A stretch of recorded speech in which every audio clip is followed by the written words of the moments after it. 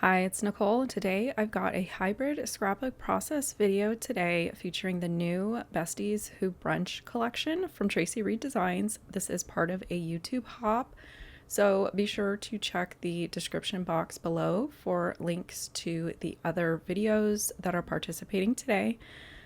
I am using a sketch from a class that I signed up for a while ago, and I quickly got very behind.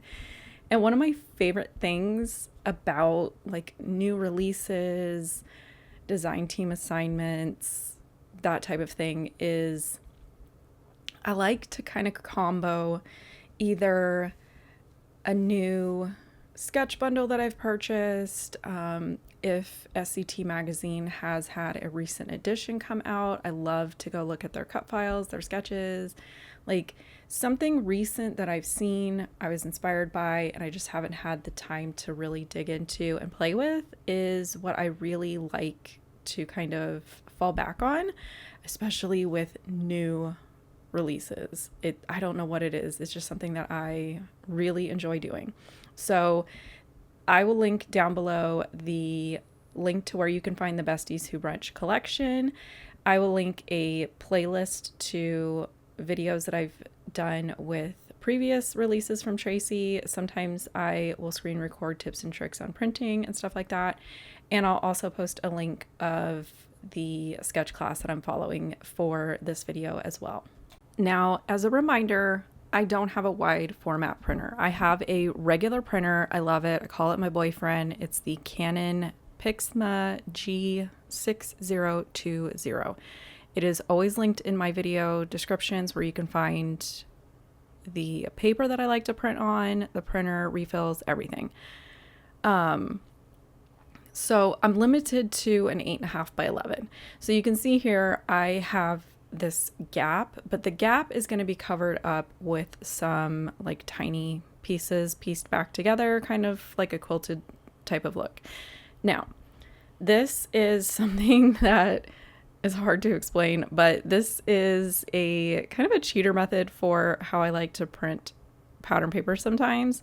What I do is I open up the Traveler notebook pattern papers and I just crop them down to smaller pieces.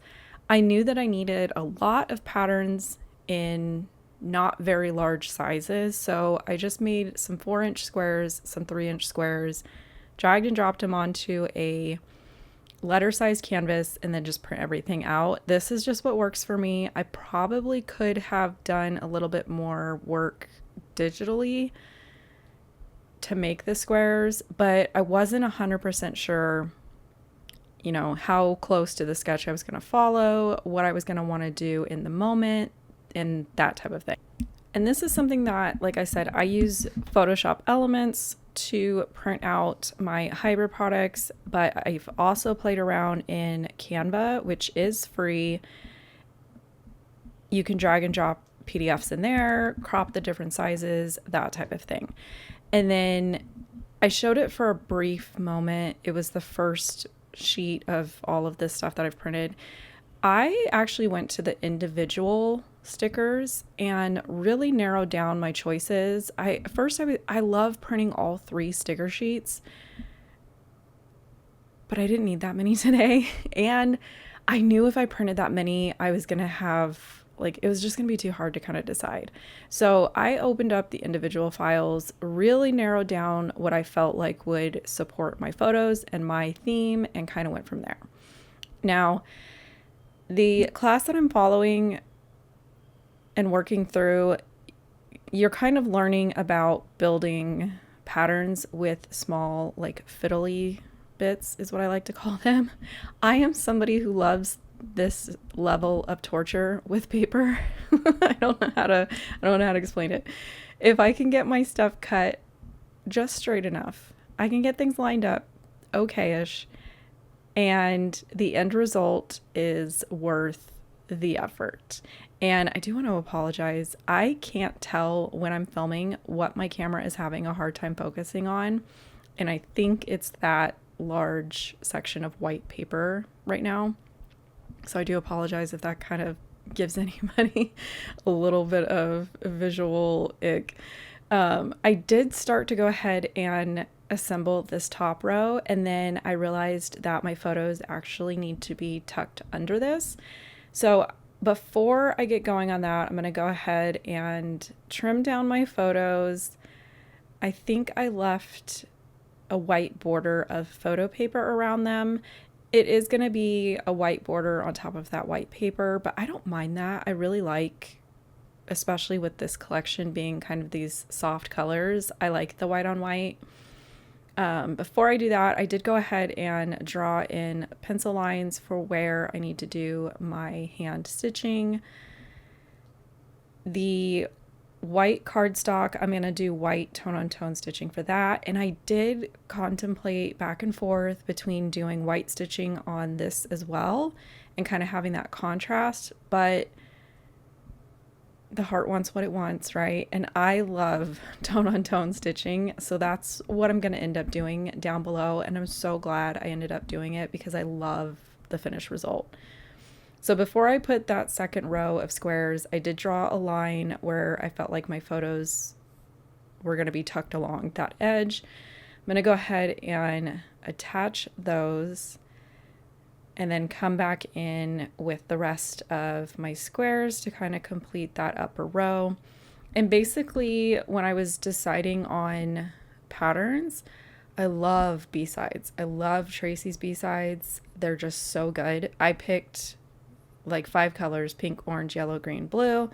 I picked a B-side pattern for the larger square. And then I took all of the, I think she calls them solids. They do have like the smallest bit of like a textured pattern to them, which I love. So I took a bunch of the solids, 2 tones of each, to make the smaller squares. So at this point, I've come back, I've done all of my stitching. I love how this turned out. There is something about hand stitching on hybrid products that just goes hand in hand in my brain, and I can't stop, won't stop type of thing. Now, here you can see kind of the embellishments that I cherry picked from the individual files, and I'm going to do similar to a layout that I did with the poolside collection, where I'm looking at those squares as kind of like zones. So everything in the pink zone, I'm going to try to put pink stuff. Orange, I'm going to try to put orange stuff. I'm not doing a ton of embellishing. I really wanted the papers and just the bright, fun patterns to kind of stick out. So I just picked some of the larger florals and the camera icons for that like focal piece inside of the large squares. And then I'm going to kind of pair a banner phrase and one of the little friendship bracelets to make up my title. And if this looks confusing, I promise it's a weird combo, but a friend of mine, it's my daughter's best friend's mom, the first day of school, we go out and have brunch together as like a celebration of surviving summer break and kind of gearing up for the chaos that comes from having preteen girls in a very large social setting. And I like to treat myself with a mimosa and my favorite nachos, which I'm a little sad. I don't know if we're going to go back to our same spot this year because they changed my favorite nachos, and I'm a little bitter about it.